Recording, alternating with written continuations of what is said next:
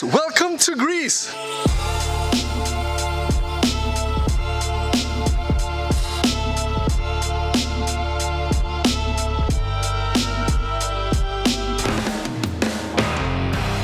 So today we'll be doing two things. The first thing is I'm gonna show you a set of settings on a Sony camera which just makes the whole video experience so much different, and you can really control everything with just a few buttons. And the second thing is we'll be traveling around this island and I'm gonna show you how amazing it is. We're gonna rent a car, dude, the smallest car ever, and see the main town of course and some other things.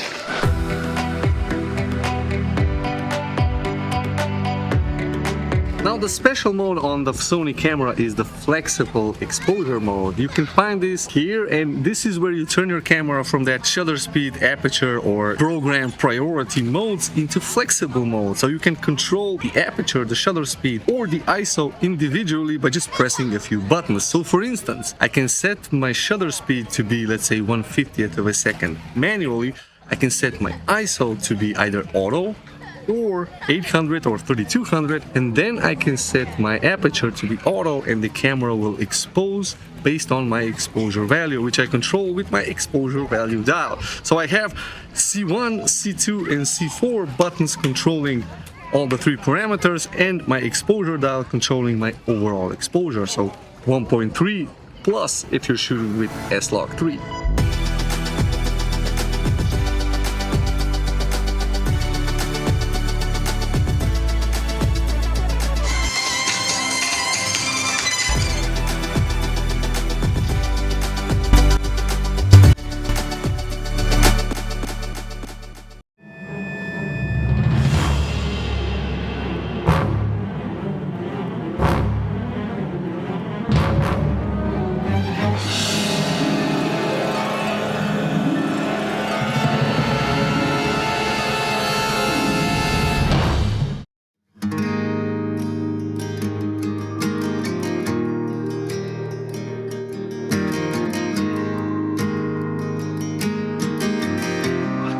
I think this is as good a spot as any for this second part of the video.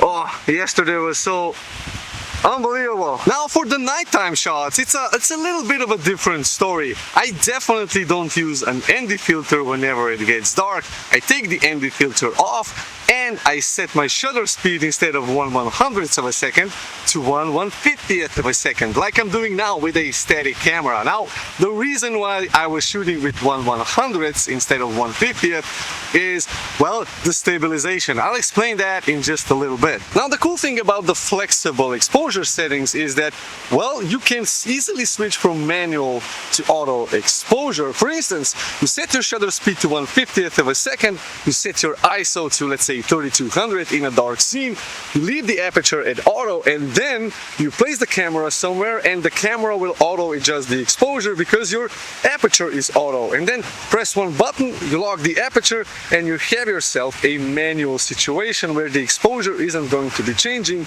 if the scene's brightness is changing, and sometimes you need that.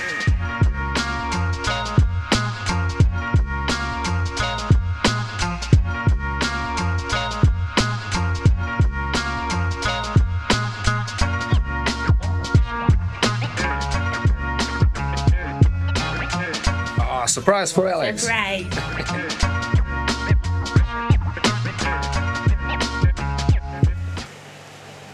Dude, these are massive.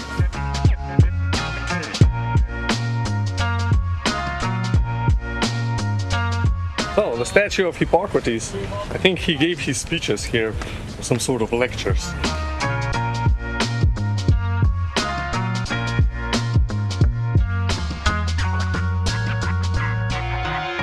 I've never been on a boat like this. I've been on a boat like this many times, so maybe not today, but I would have to work on, getting myself on one of these bad boys.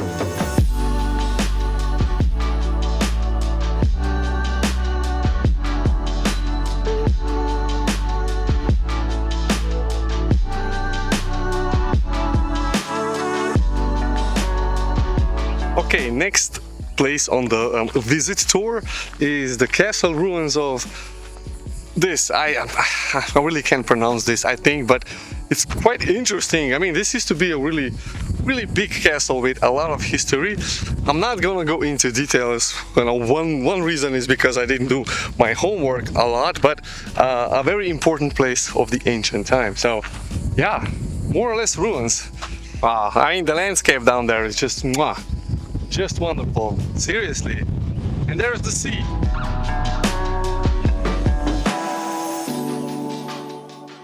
So the reason why I shoot with 1/100th of a second instead of 1/50th of a second whenever I'm hand-holding this Sony A7IV, well, I have all stabilization in camera turned off. I actually had trouble getting out of this car. I'm too tall for it. So no IBIS and no electronic stabilization or active state. I use purely gyro flow in post-production because this camera captures gyro data from the motion and from the rotation. Now, I've made a whole video about this, you guys can watch it over here, but in a nutshell, I am stabilizing afterwards in post-production using the GyroFlow software, or more specifically, the GyroFlow plugin for Davinci Resolve. Now, if I was to shoot with 1/50th of a second aperture, that would result in a lot of motion blur, because I'm moving the camera around a lot. Even as I'm holding it still like this, you can see how it looks without any gyro flow turned on. It's quite a shaky scene. Now that 1/50th of a second shutter speed actually creates all the motion blur that is recorded in camera. And then after I stabilize the video, it just looks weird because you see the motion blur, but you don't see the motion. This is why you get those flickers in the highlights. So for handheld vlogging, 1/100th of a second shutter speed is the bare minimum if you're planning on stabilizing your video in post with GyroFlow, which is truly amazing.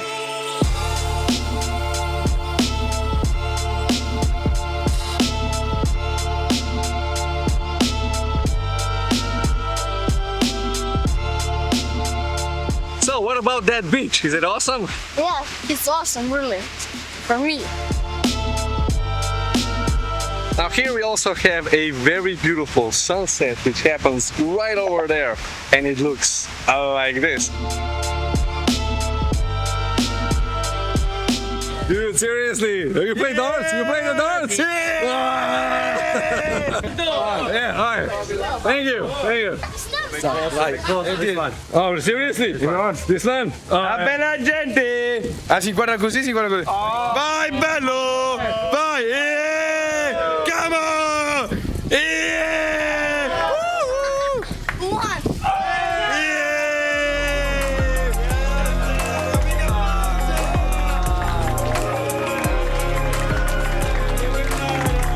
Congratulations to the boy! Yeah!